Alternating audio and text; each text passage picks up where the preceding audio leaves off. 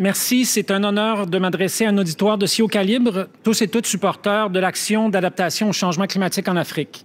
Des chefs d'État, des dirigeants des Nations unies, des représentants et représentantes de gouvernements et d'organisations internationales. Monsieur le Président Tshisekedi, Monsieur le Président, ainsi que le Président de la COP26, Monsieur Sharma, qui a dû nous quitter. Your Excellencies, honored guests and interveners, thank you.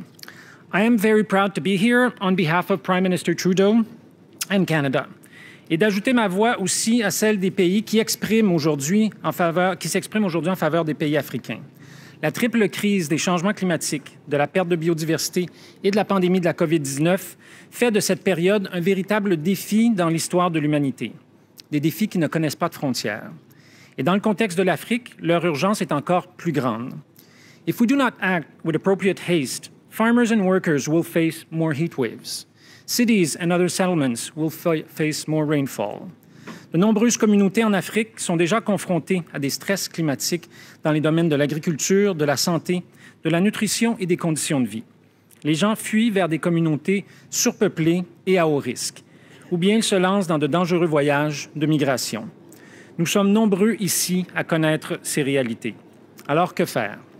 Un point de départ essentiel est le financement de l'adaptation, qui est indispensable au succès de la COP26, en particulier pour les pays vulnérables de l'Afrique.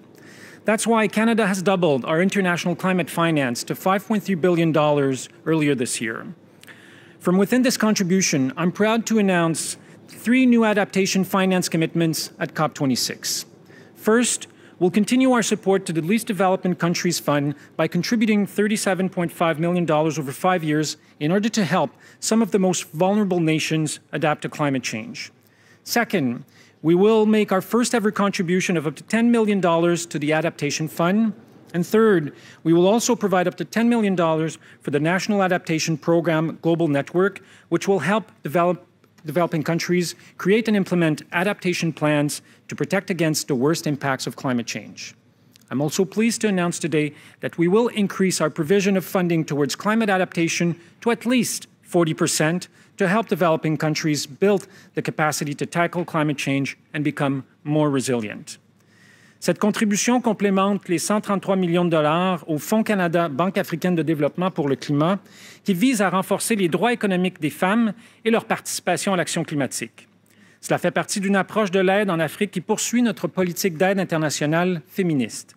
Notre objectif est de nous concentrer sur les besoins des populations les plus pauvres et les plus vulnérables de la société et de soutenir des programmes qui touchent à la fois l'adaptation, le climat et le droit des femmes.